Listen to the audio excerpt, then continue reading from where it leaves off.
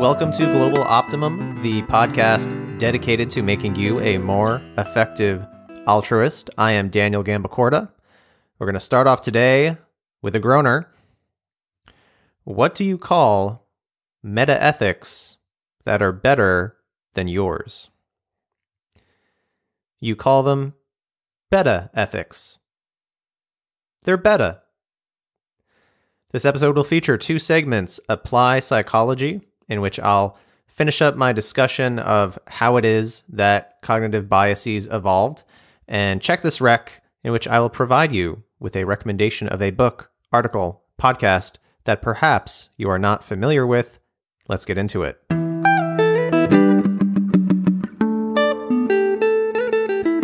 Last episode, I talked about some explanations for why we are biased.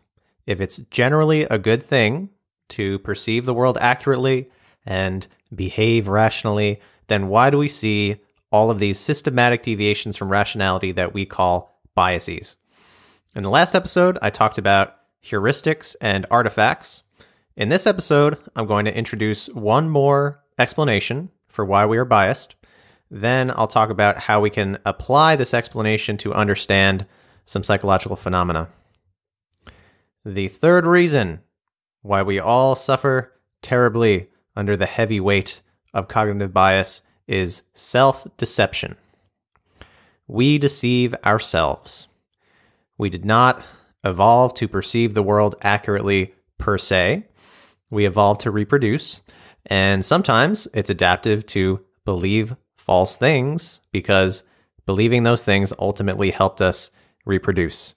Now, this brings up lots of questions like, how can you deceive yourself? How can that even make sense?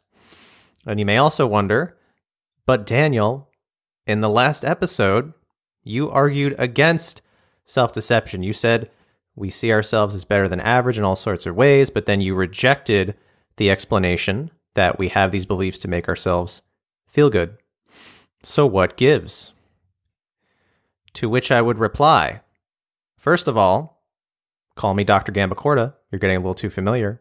And second, I do think the self-deception theory I talked about in the last episode is wrong, but I think there is a way to get self-deception off the ground and have it do some useful explanatory work. It's a bit complicated, so I'm going to take it in steps. 3 steps to be exact.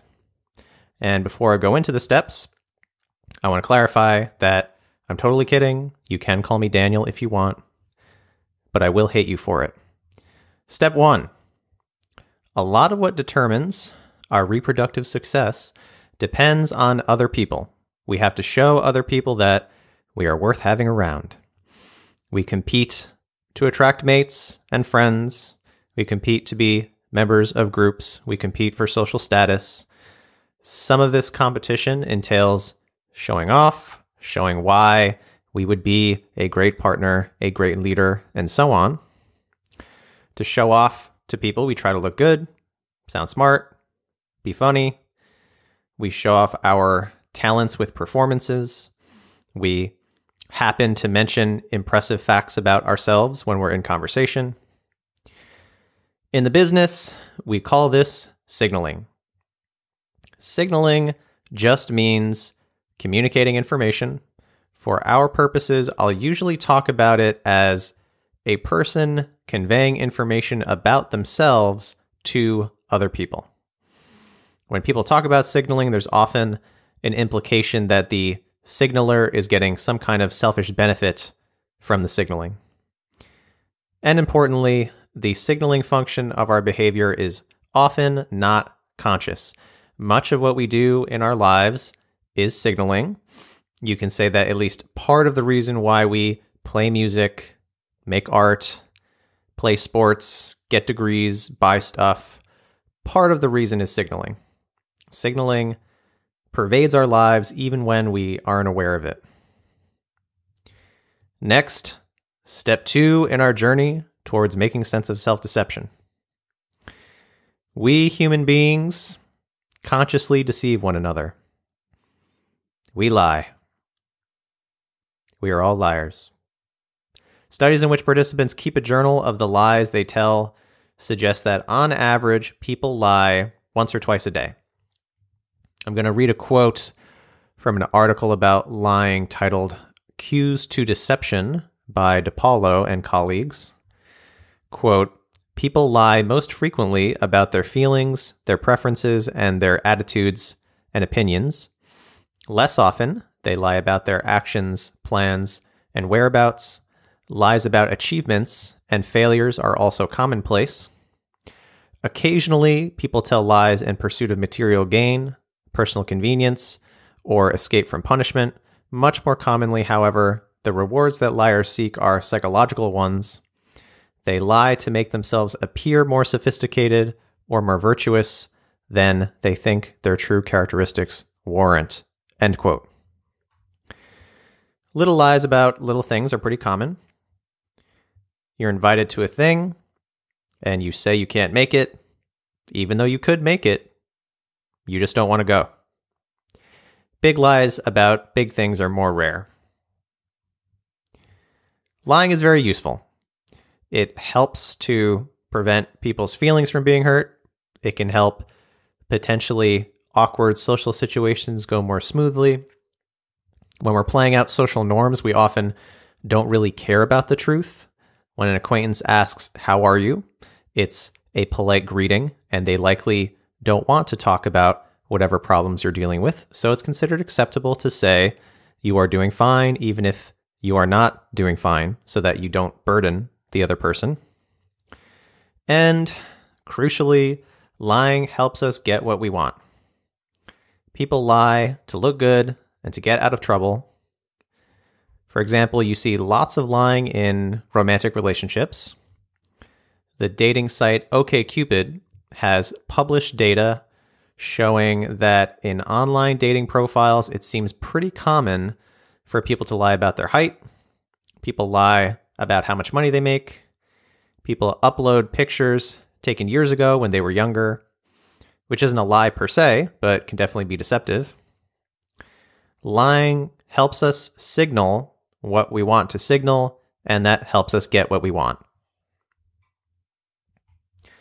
When we go beyond little lies that lubricate social interaction, lying can be very costly. Being caught in a lie can look really bad. There was a study conducted in 1968 in which participants were given 555 personality traits and asked to rate how likable somebody would be if they had each trait. Participants were instructed to imagine a person who is described by the trait and rate how likable they would be. The most likable traits were sincere, honest, understanding, loyal, and truthful. The least likable traits were untruthful, dishonest, cruel, mean, phony, and at the very bottom of the list, liar.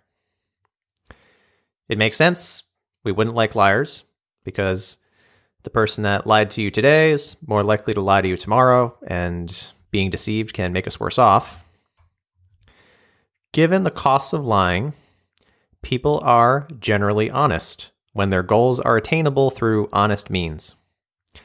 And when we lie to make ourselves look better, we're good at staying within the bounds of plausibility. We have a good sense of what our audience will believe, and that dictates what we can get away with.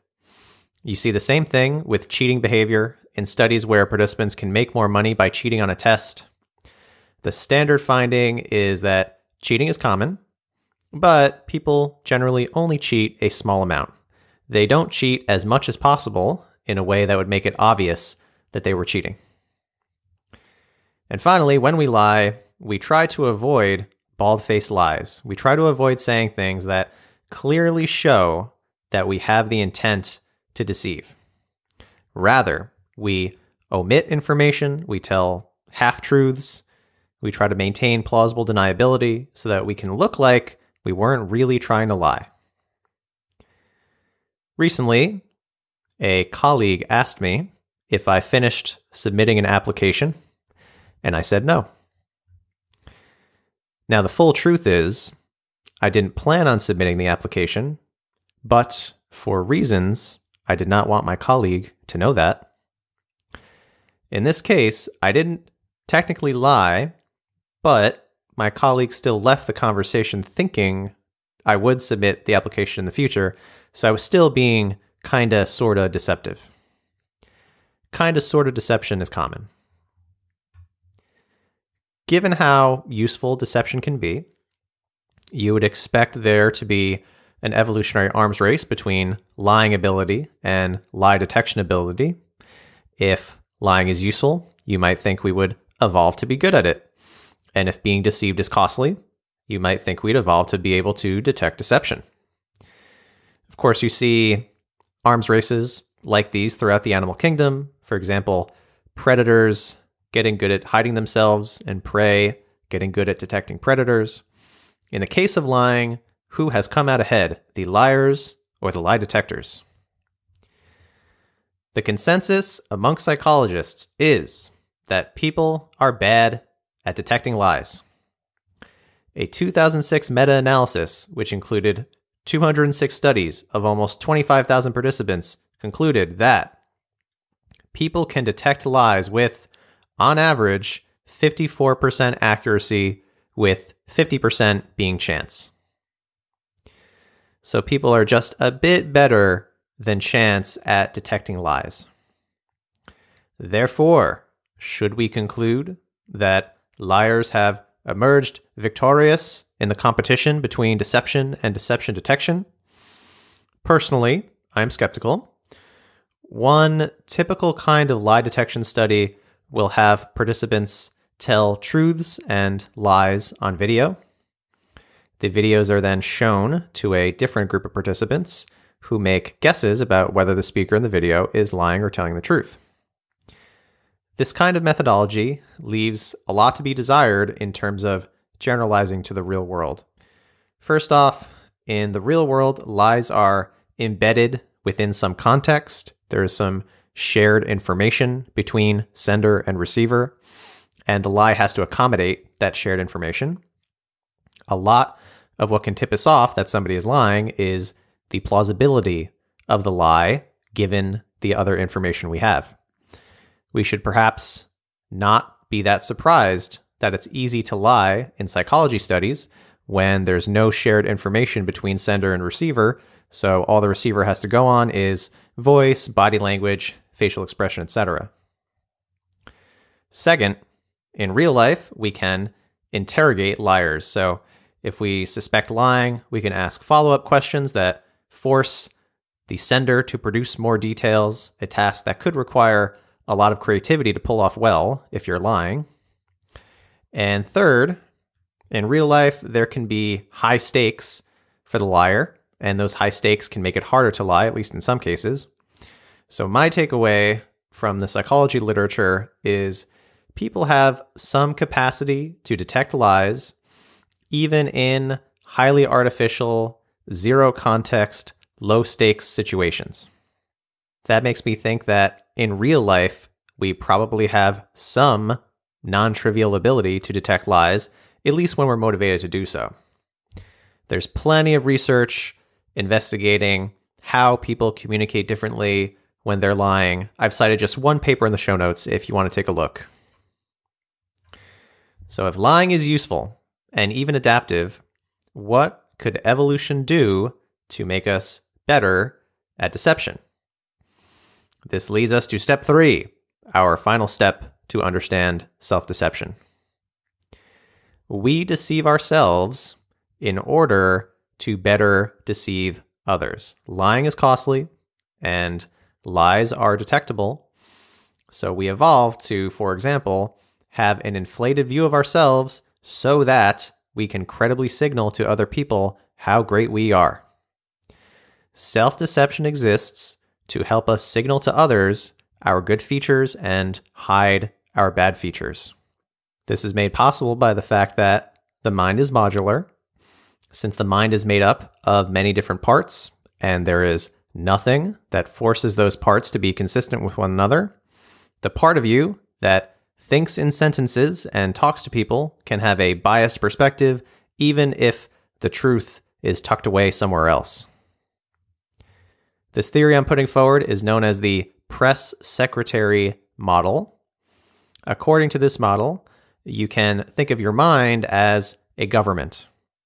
A lot of decisions are made behind the scenes. The different parts of the government aren't fully aware of what the other parts are up to. And the module that talks, the part of you that thinks and makes words, functions as the press secretary. The main role of the module that talks is to put a positive spin on whatever decisions were made by the rest of your mind government. So the part of you that thinks and interacts with people is designed to make you look as good as you can plausibly look, to justify your motives as noble, to explain away mistakes as not really your fault, and so on. According to this model, the press secretary often does not have the full story. It's only given the pretty story that is meant for others' ears.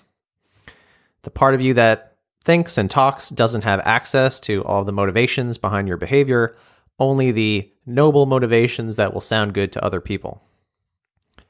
Similar to a real government, why would you give the press secretary the whole truth? Only give the press secretary the version of reality that you want them to convey.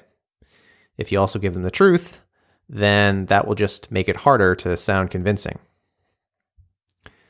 If you take this press secretary model seriously, and I take it fairly seriously, then it means we are often self-deceived about our motives, traits, and abilities. At this point, I'm obligated to cite the book The Elephant in the Brain by Kevin Simler and Robin Hanson. That is one exploration of this press secretary model. They have lots of great ideas on how we try to make our selfish motives look like noble motives.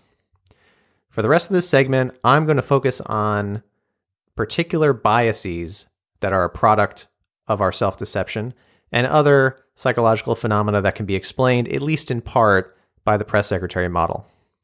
I'm numbering each example to have some kind of structure. 1. The better than average effect. Last episode, I mentioned positive illusions. Positive illusions are unrealistically favorable attitudes that people have about themselves or people close to them. One kind of positive illusion is the better than average effect, which is the observation that people judge themselves as better than the average person in all sorts of ways. People typically see themselves as more competent than average, better looking than average, more honorable than average. There's a very long list of ways in which we tend to see ourselves as above average. In the last episode, I argued that explaining this effect by saying that we want to feel good about ourselves isn't satisfying. I think a better explanation can be provided by our press secretary model. We have an inflated view of ourselves because that helps us convince other people that we would be a good friend, mate, colleague, or group member. We can convincingly talk about ourselves as being, well, just a bit better than other people. There's something a little special about us. I mentioned last time that there are cases where you do not get this better than average effect. Indeed, there are instances where people systematically judge themselves as worse than average. But when it comes to the types of things that potential mates and friends and associates care about, it's common to find better than average effects. 2. Optimism bias. This is another kind of positive illusion. If you ask people about the future, they will say, the future is bright. Unrealistically bright. People think that good things are more likely to happen to them and bad things are less likely to happen to them compared to others who are similar. In a 1980 study, college students were asked to rate the likelihood of positive and negative events happening to themselves versus their classmates. For example, a participant would be given an event like travel to Europe. Then they would rate how much more or less likely it was that they would travel to Europe compared to other students of the same sex at their university. On average, students predicted they were 35% more likely to travel to Europe, 41% more likely to have a starting salary above $10,000, keeping in mind this was done 40 years ago. And students predicted they were 50% more likely to enjoy their job after graduation. As for negative events, students predicted they were 49% less likely to get a divorce, 56% less likely to commit suicide, and 58% less likely to have a drinking problem. In general, these students seem to be unrealistically optimistic. In another study, 4 groups of participants were asked to estimate their risk of contracting HIV over the next 2 years due to their sexual behavior.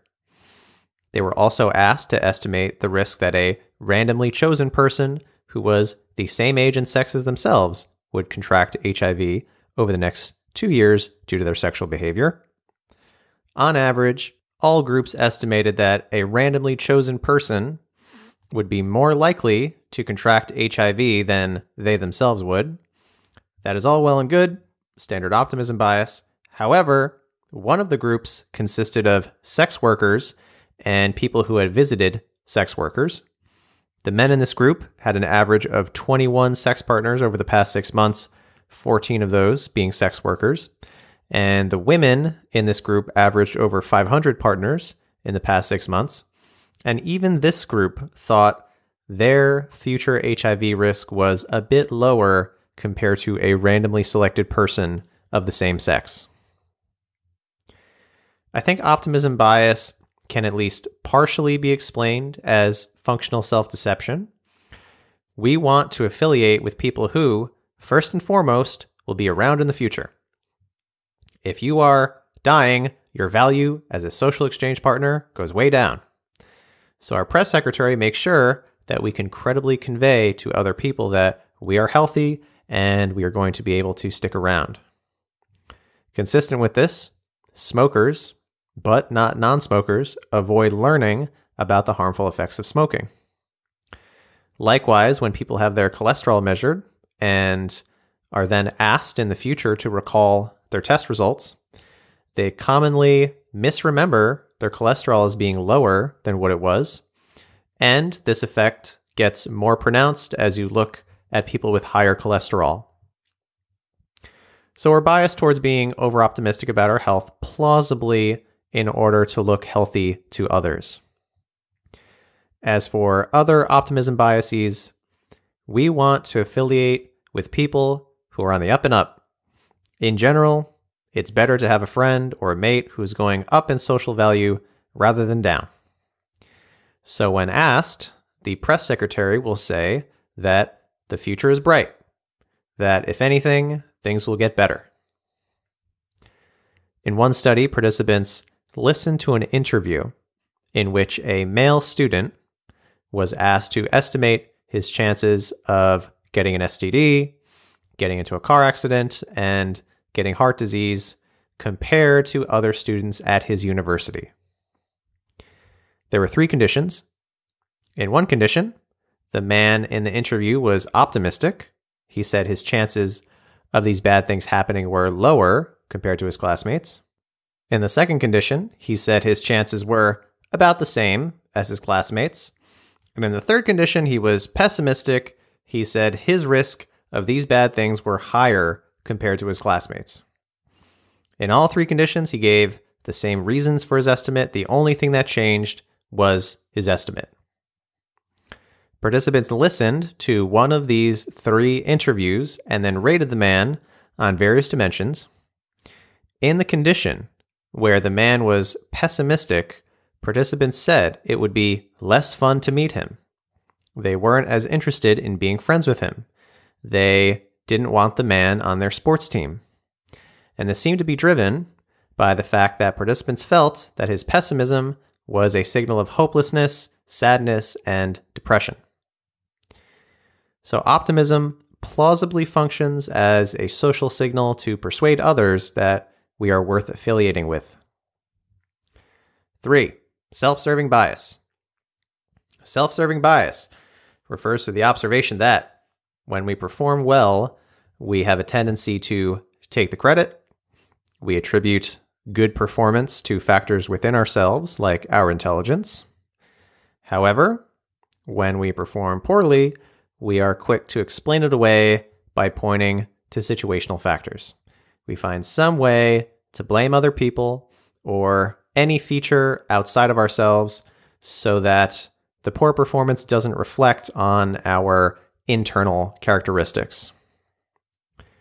A standard kind of self-serving bias study has participants take some tests. They are then given bogus results. They are either told that they performed quite well or quite poorly. Then they are asked to explain why they performed as well as they did. And what you find is that when people are told they performed well, they explain it by referencing their efforts and abilities. When people are told they performed poorly, they explain it by referencing luck or the difficulty of the task. I think this is a very common phenomenon. When a student does well on a test, they conclude that they are smart. When they do poorly on a test, they conclude the test was unfair, that the teacher is bad.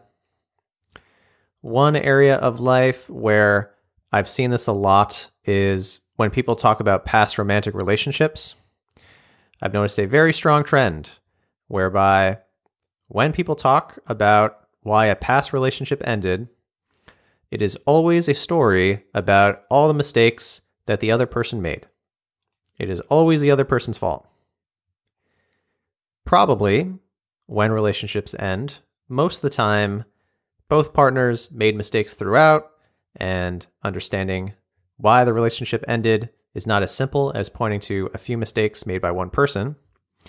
But I never actually hear people say, I made some mistakes and my ex made some mistakes.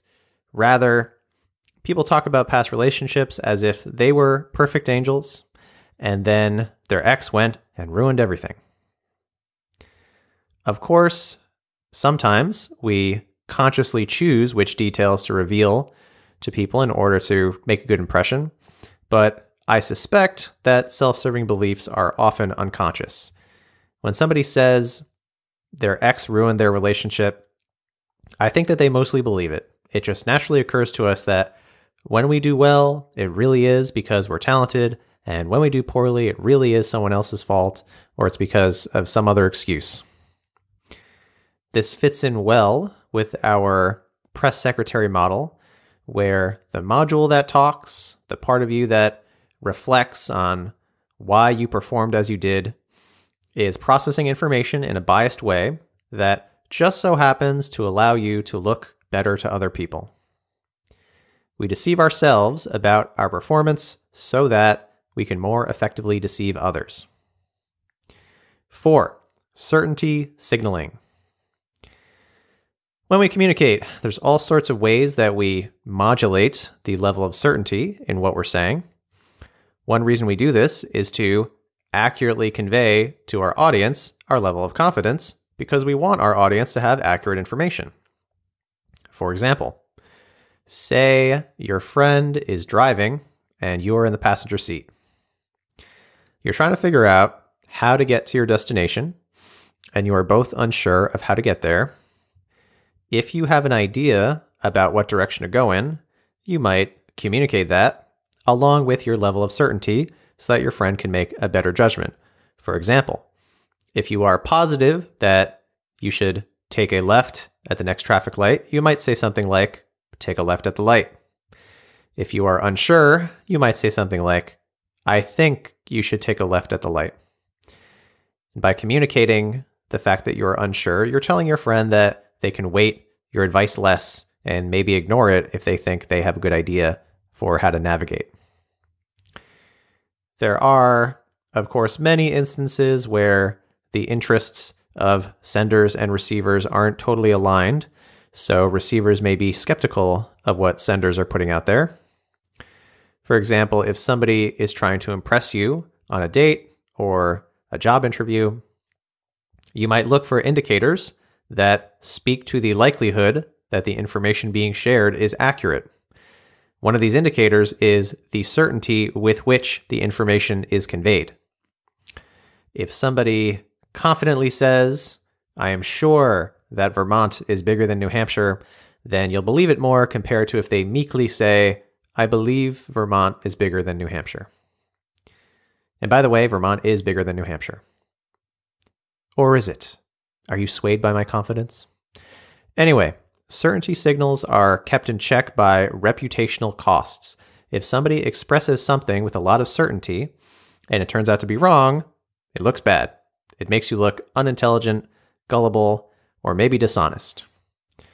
This means certainty can function as a costly signal of the validity of the information being conveyed. Information signaled with certainty is, on average, more likely to be true if for no other reason than the speaker is incentivized to not want to look bad. As a result of this dynamic, we gravitate towards people who are certain. We like public speakers who are certain. We want our leaders to be certain. So one reason we modulate our certainty is to give our audience more accurate information, but there is another motive at play. Information is valuable. It is more valuable when it's more likely to be valid. Being able to be a source of valid information is a way of gaining prestige. We give status to people that know things that we want to know, like scientists, teachers, gurus. So there's competition over being perceived as a knower of things, in particular, a knower of things that are highly reliable. As a result, we're incentivized to exaggerate the extent to which we are knowers of reliable things. In other words, people sometimes act highly certain even when they are uncertain if they can get away with it. About 8 years ago, I was at a restaurant with, let's say, 8 people. I don't actually remember the details that well. My friend was talking about some feature of the American government. He was claiming something about how the government worked. And then I said that I didn't think things worked that way. And he came back at me and said very confidently that yes, things do work that way. Mind you, this is the era before smartphones were popular, so we couldn't just check immediately. So I offered to bet my friend. I said something like, "Let's bet on it, and we can check later to see who's right." Once I offered to bet, then all of a sudden, my friend became less certain. His confidence mysteriously evaporated, and he did not want to take the bet. If we try to use the press secretary model to explain this, we might say that my friend's press secretary was doing whatever it could to make him look good in front of everybody there. Part of that is looking confident, being able to say smart things with certainty. We try to look like we are knowers of reliable things. So he made some confident claim about how the government worked, even though there was some part of him that wasn't actually that certain of it. When he was offered to bet, now there are costs associated with being overconfident, so he was forced to adopt a more accurate level of certainty. There are areas in life where people consciously try to sound confident, like maybe before a job interview, you practice giving confident responses to questions. But there's a lot of instances, like in the story I just told, where I would argue we aren't really consciously choosing how much certainty to signal, and will unconsciously signal as much certainty as we can get away with. When speakers talk to lay audiences, they have lots of certainty because that is what lay audiences want, and it gets you prestige. But then put that speaker in front of an expert audience, and now the certainty is dialed down. When a professor lectures on their research to students, you might see a different level of confidence compared to if they talk about their research amongst fellow professors. The The story of my friend is also an illustration of the virtue of betting. Betting is a useful rationalist practice because it can force you to separate the things you believe because you think they are true versus the things you say you believe because you want to look sophisticated. As they say, a bet is a tax on overconfidence. That's not exactly how the phrase goes, but this is a clean podcast. 5, conservatism bias. The artificial intelligence researcher Paul Christiano has called this sluggish updating. Conservatism bias refers to our tendency to revise our beliefs insufficiently when presented with new evidence. A straightforward way of saying it would be not wanting to admit that you are wrong. We want to gain prestige by being perceived as knowers of reliable things. If you say something and it's proven wrong, then your audience has evidence that you are not a knower of reliable things. Indeed, you may be unintelligent, gullible, or dishonest. So instead of admitting we are wrong, I think some of the time we deceive ourselves into thinking we aren't wrong so we can better convince others we aren't wrong. I think this is pretty intuitive, but I'll just throw some examples out there. Leaders want to be perceived as knowers of reliable things, in particular, which policies are best. It's striking how rarely politicians ever admit to being wrong about anything. Even changing your mind is a sin in politics. If you change your mind, you are a flip-flopper. You're supposed to start out with the correct judgment and then never waver, regardless of the evidence. In science, you're supposed to admit when you're wrong. The whole point is that you're trying to get at the truth. But of course, it's not hard to find examples of a scientist supporting some idea, then strong counter evidence comes out against the idea, but the scientist stubbornly does not change their mind. You see the same thing with predictions. The psychologist Phil Tetlock collected political forecasts from hundreds of experts over 20 years. These experts were asked to predict things like whether or not treaties would be approved, GDP growth rates, exchange rates, stock market closing prices.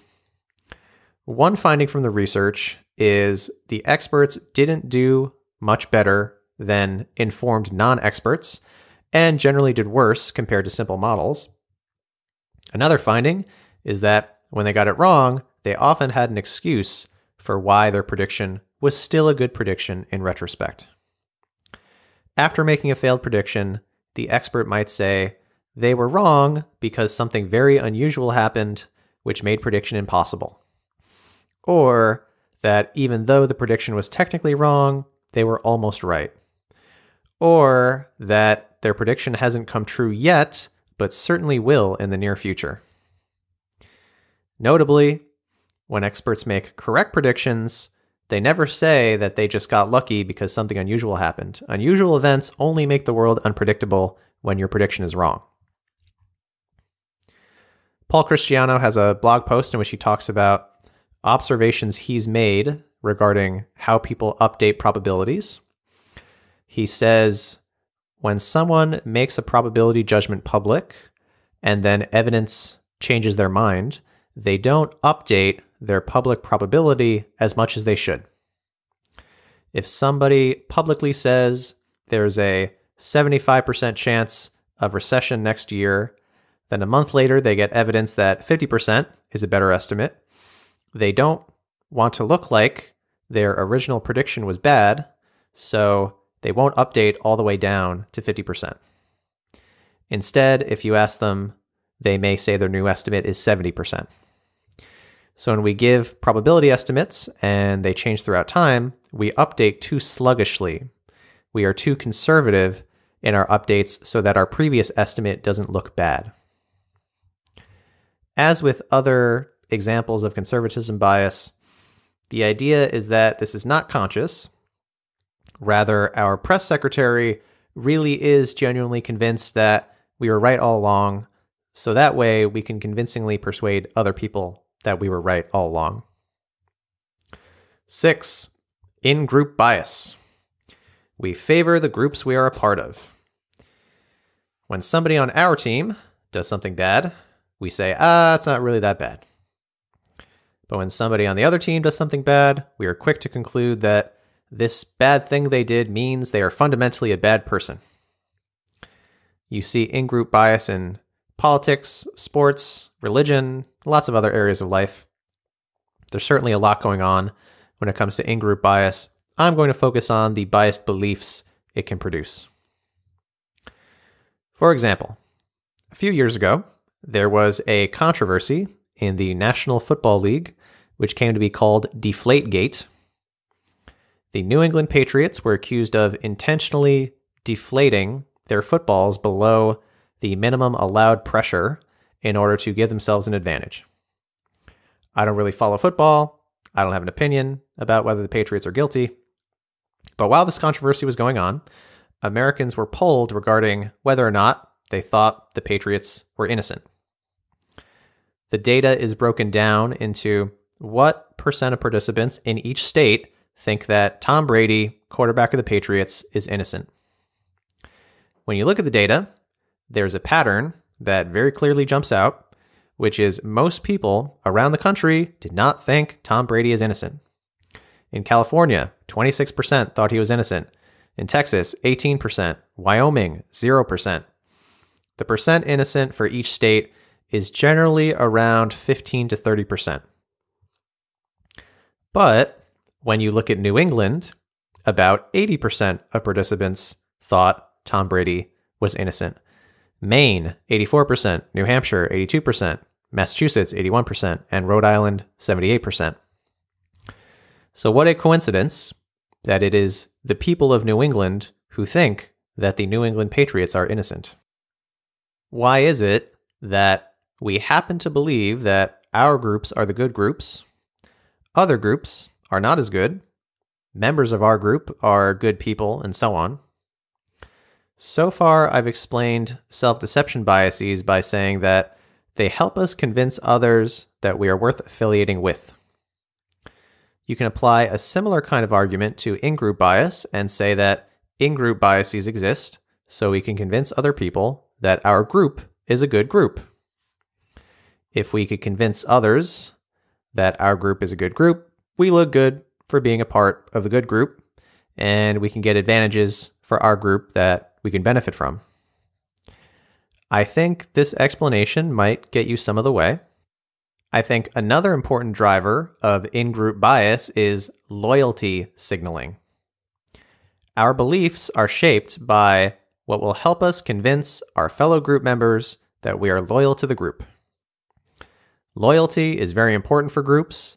You don't want your group composed of people who are willing to defect the moment it becomes convenient to do so. You don't want an army composed of soldiers who will run at the first sign of danger. Groups work when they are cohesive. So a lot of our biased beliefs about groups are driven by self-deception designed to allow us to signal our loyalty. We want to show that we are committed to the group because that makes us more valued by the group.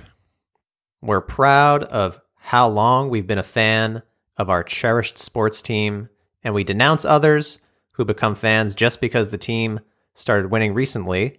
People that like a team just for winning aren't really loyal. They're just going to defect to whoever the next winner is. You see a similar phenomenon with love. We tend to idealize those we love, which is to say, we see them as better than they are. For example, we idealize romantic partners. When we fall in love, we can see our partner as uniquely great. We can become convinced that we could never find anybody else as good as our current partner. To quote George Bernard Shaw, "Love is a gross exaggeration of the difference between one person and everybody else." How romantic. But why would we have biased beliefs about those we love? You could say it's so that we can better convince others that our loved ones are especially great, and this gives us and the people we care about some kind of advantage. Maybe that can take you some of the way, but I think idealization is mostly about signaling commitment. that in a monogamous long-term relationship, for example, both partners can gain a lot if the other person is committed and stand to lose a lot if the other person is not committed. You want your partner to be committed, but your partner doesn't want to commit unless you're committed. You don't want to commit unless your partner is committed, and it can be hard to tell if your partner really is committed. So we go out of our way to convince our loved ones that we really are committed, that we aren't going to defect the second another attractive option comes along. And idealization helps us with that. It helps us convince our partner that they are irreplaceable, that there's something special about them we couldn't find somewhere else. So there you have it. We are biased creatures because of heuristics, artifacts, and self-deception.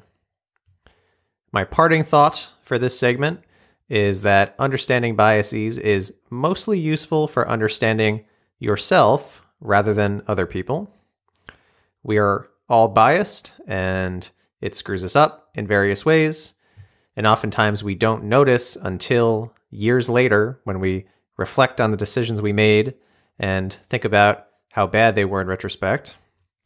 But it is possible to understand yourself better. That way you can avoid mistakes instead of just understanding why you made the mistakes you did. It is possible. I think it's possible.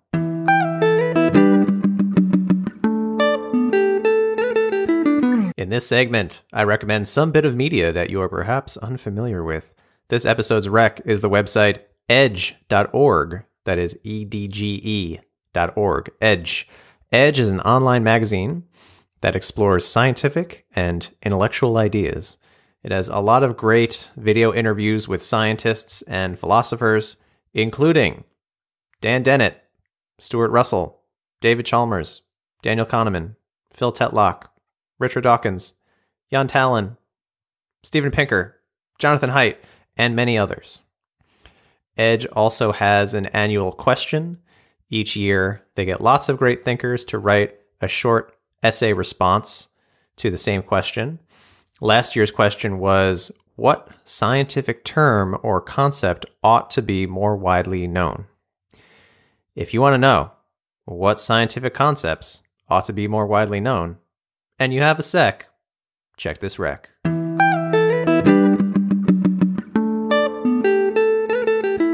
That is it for this episode.